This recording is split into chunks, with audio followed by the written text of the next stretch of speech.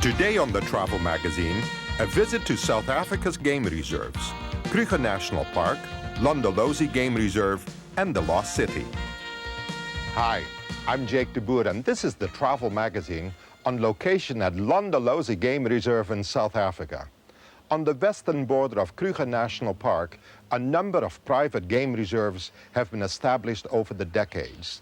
They offer unsurpassed viewing of some of the most majestic animals found in southern Africa, such as elephant, lion, leopard, rhino, and buffalo.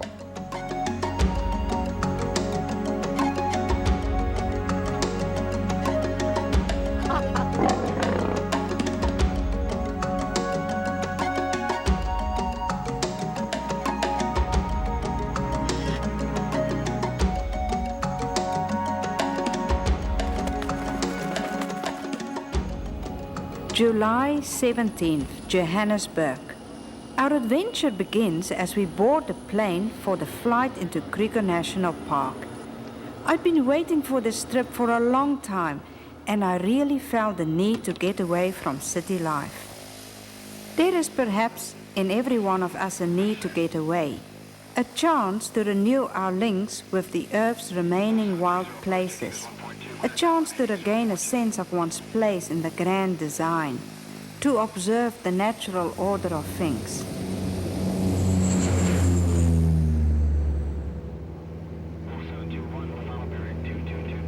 Good morning, ladies and gentlemen, and welcome aboard. Our flying time into Kruger National Park will take 30 minutes, and along the way I'll be pointing out some of the most spectacular scenery you'll see in southern Africa.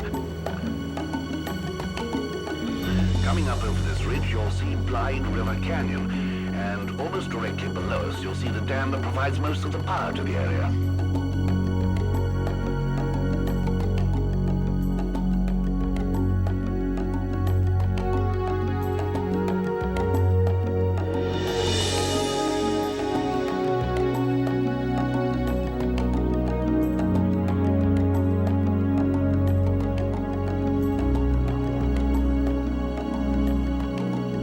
There are two ways to reach Kruger National Park. The first is by car, traveling along windy roads, or as we did by air, where you really get a feel for the vastness and expanse of a picture postcard unfolding beneath you. It was President Paul Kruger who saved the low-lying bushveld with its herds of wild animals back in 1898. Today, Kruger Park remains one of the few places in this world where nature reenacts itself just as it did 200 or even 2,000 years ago.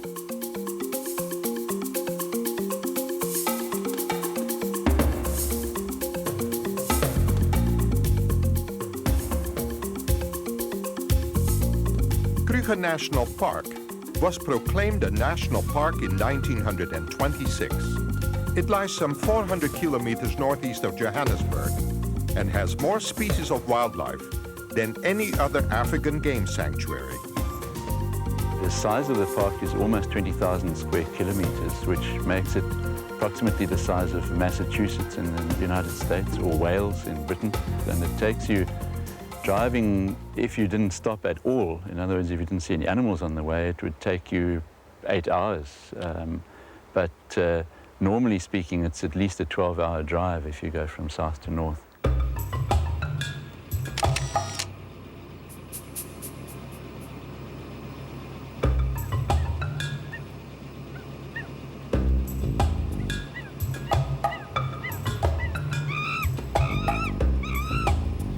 Kruger is one of our biggest assets in this country. It's also our national heritage. It's properties like the crown jewels they have in England. It belongs to the nation. People come here, they want to relax as well and enjoy the environment. So we put them in an ideal sort of environment. I always say we've got the most beautiful classroom in the world.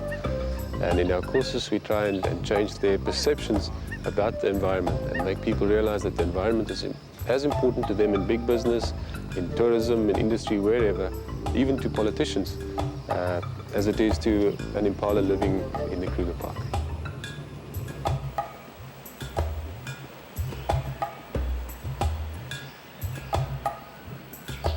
We try to maintain a very high standard of service to the visitor coming to the park. We have throughout the park various camps, 25 in total. Some are bigger camps, some are smaller camps. At the bigger camps or the main camps, we have restaurants where people can eat in a restaurant. We have shops. We also have smaller camps, what we call private camps, which you can hire the camp for yourself, the whole camp. The camps offer a wide variety of accommodation, but you never lose the feeling of being surrounded by wildlife. We'll be back with more on the game reserves of South Africa right after this.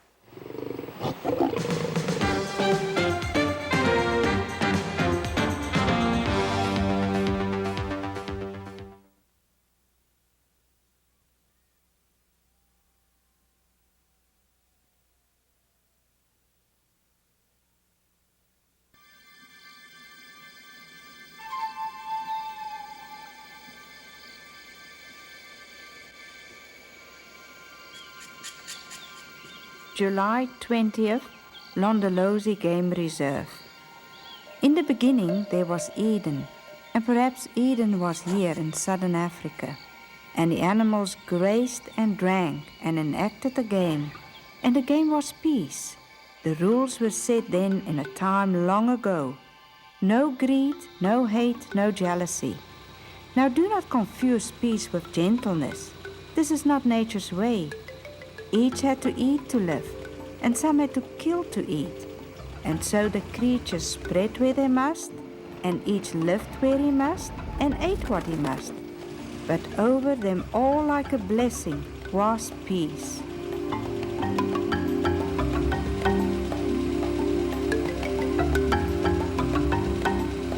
Londlosi is a private game reserve set adjacent to the world-renowned Kruger National Park. We take them out in 2 game drives in a day. We take them for 3.5 hours in the morning, 3.5 hours in the afternoon. We've got the big 5 here, leopard, lion, rhino, buffalo and elephant. They can expect, generally we can show the guests 3, maybe 4 out of the big 5 in a 2-day stay. And then a lot of general game, you know, your antelope, wildebeest, zebra, giraffe, got a large variety.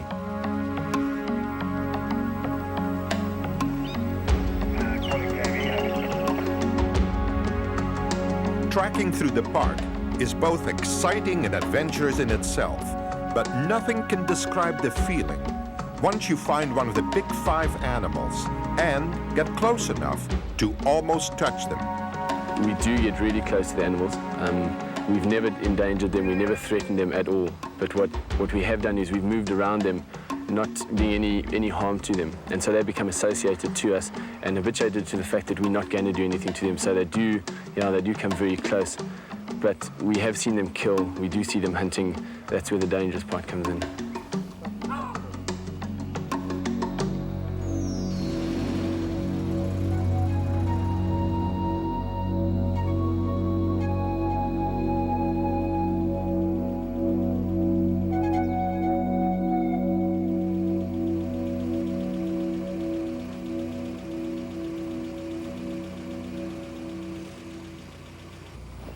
There's evidence of lion track. Very good. You actually see a lion track over here. It's not a very good one. The tracker in the front plays an important role in that he's the guy that's going to find the animals. He's going to spot them. He's constantly looking, and then he's looking for tracks. Not only is he looking on the side of the vehicle, he's looking for tracks on the ground, and that is the way we find the majority of our big 5 animals. Kruger Mhlaba, he is, like most of the trackers here, he is a local, one of the Shangaan tribes. They used to be gatherer hunters in this area, living off the wildlife, living off the trees, the shrubs, living off the fruit, and then the animals themselves. And so he has got that knowledge that we can only learn from him in terms of tracking, in terms of the animal behavior and their habitats.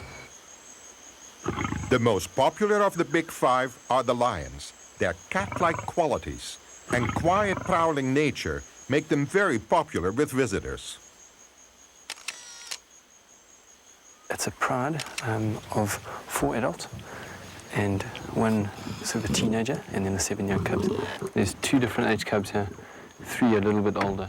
for us to see them at this young age, a lot of the times, especially the females aren't relaxed, they haven't had association with a car, they would hide them from us. And to see viewing like this is, very unusual. So how often do they have a kill? They don't have to kill every day. Some people do believe they can go for like literally a week without feeding, but they'll probably eat one every second to third day. But you're not planning anything for us, are you? They might be.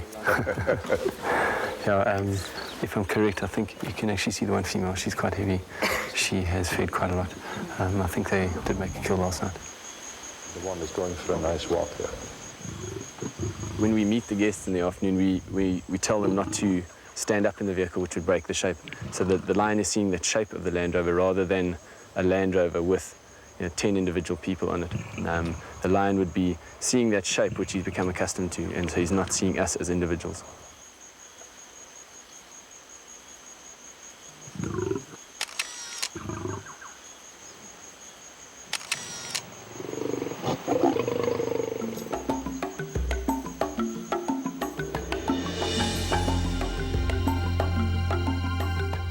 The main camp holds 24 people.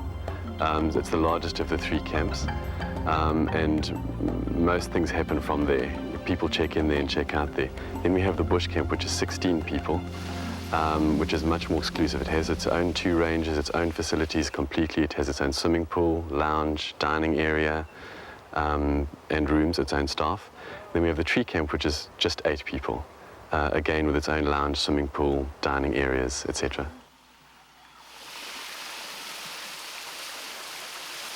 The exclusive camps are luxurious and upscale.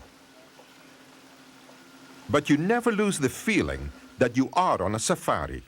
Like I think over here you get really personalized attention. You get your own ranger, you go out in an open vehicle, you're not restricted to the roads, and you have all the vehicles on radio contact. In other words, if somebody sees something, everybody gets the opportunity to go into that animal. And you can go off-road too, so that if the animal's not actually on or close to the road, you can still get to it and view it at very close quarters in an open vehicle. Night drives as well are one of the advantages, which national parks and so on don't do at all, with spotlights and a tracker, of course.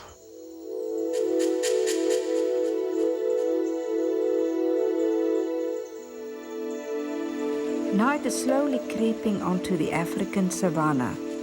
It is time for the game. The rules are set. It is the survival of the fittest. A lion roars in the chill of dawn. The quietness of the prey embracing every moment of the game. A hunter watching, anticipating.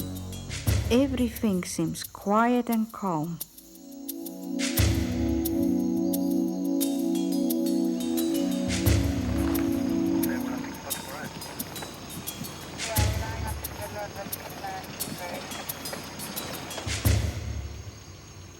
What do they think of us?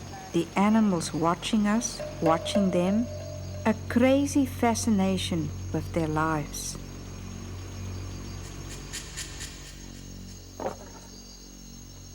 The highlight of the game reserve is a nighttime track in an open-air Land Rover, where you have a chance to observe the fascinating and mesmerizing nocturnal feline family as they carry on their nighttime activities.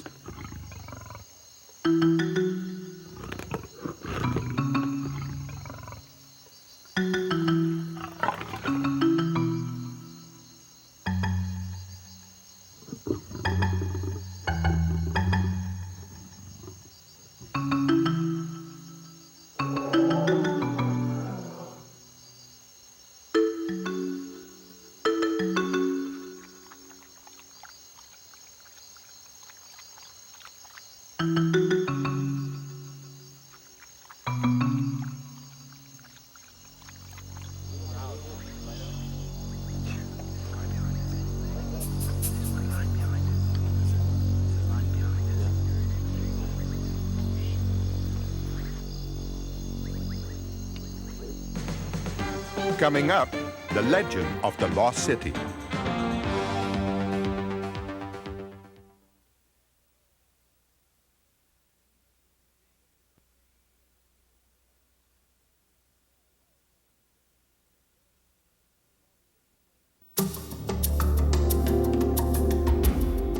The Lost City legend has it that an ancient tribe from north of the continent journeyed here. They built a magnificent palace. Then one day, a mighty earthquake savagely destroyed the city, sparing only the palace. The tribe fled, never to be seen or heard of again.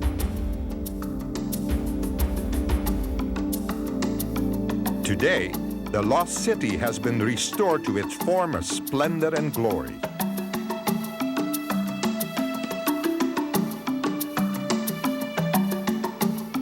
The lost city is becoming one of the most exciting and dramatically different tourist attractions around the world.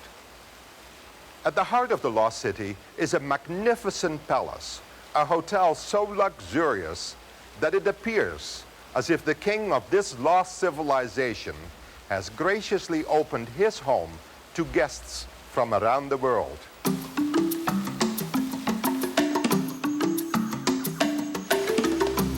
It took only 19 months to build the 350-bedroom palace. Nothing has been spared to enhance its splendor, from its magical colonnades to the richly painted ceilings. The palace is an elegant luxury hotel. When Sun City was opened in 1979, it was basically an imported Las Vegas experience primarily for the South African marketplace. Now, we're changing it to an authentic African experience for the entire world to enjoy, including the South African marketplace. So we're able now to attract a lot of international tourists because we have certain aspects that are unique truly to Africa. Our animals, our culture, our cuisine, our magnificent weather.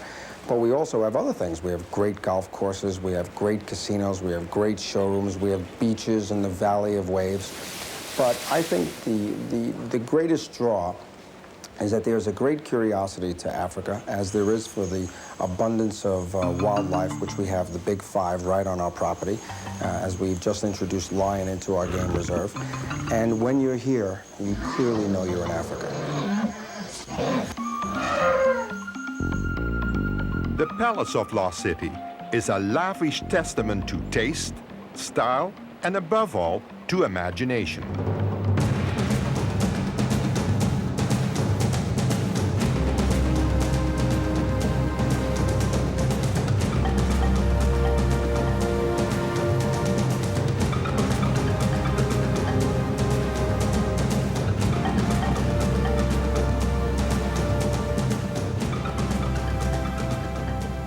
Shawu was one of the biggest taskers at Kruger's National Park. Shawu died, when I'm not mistaken, 5 years ago, 5-6 years ago. And the sculptor himself is a very, very famous Afrikaner there, who did a lot of beautiful sculptures here in South Africa. And Danny de Jager went to the Kruger's National Park, collected the bones, set up, a whole cast, of Shawu, the exact size of that particular elephant. And like I said, he was the biggest tasker what Kruger National Park ever had.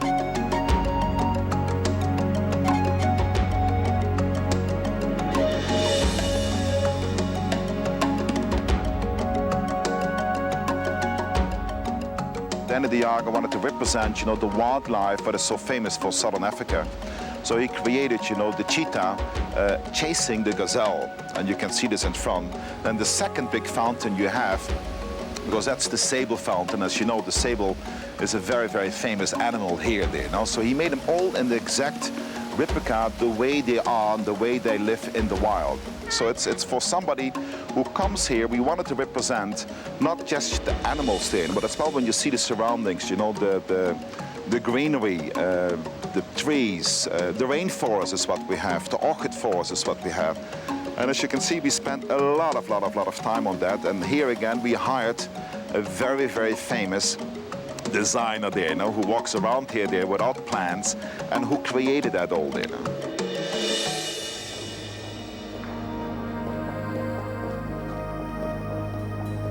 The palace owes its architecture to no country, although its roots are deeply embedded in the soil of Africa and has an African theme. There is a hint of the East in the graceful domes, a whisper of Europe in the polished marble. and a remembrance of Baroque Vienna in some of the painted ceilings. These elements are what make the palace truly unique.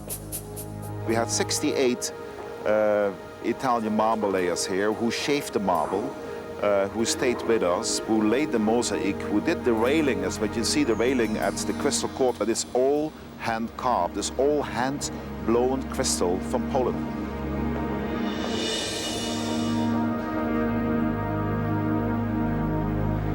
The sheer luxury of the palace is vividly demonstrated in the rooms themselves, with each suite literally fit for a king. It starts from a standard room. We have all deluxe rooms. And then, of course, we have our famous suites. We have junior suites, we have deluxe suites. And then we have, this is what you can see when you look at the top there, we have 4 suites. We have the famous King Suite, all custom designed by the famous designer Trish Wilson. We have the Desert Suite, we have the Royal Suite, and we have the African Suite. The King Suite is very special to me because, you know, we have roughly for, I would say there, you know, 800 small little artifacts in that suite. When you look at the woodwork, you know, it's the famous yellow wood what comes here from Africa there, you know, so it's very, very famous to me. It's very, it doesn't look for me like a hotel suite. It's a home away from home.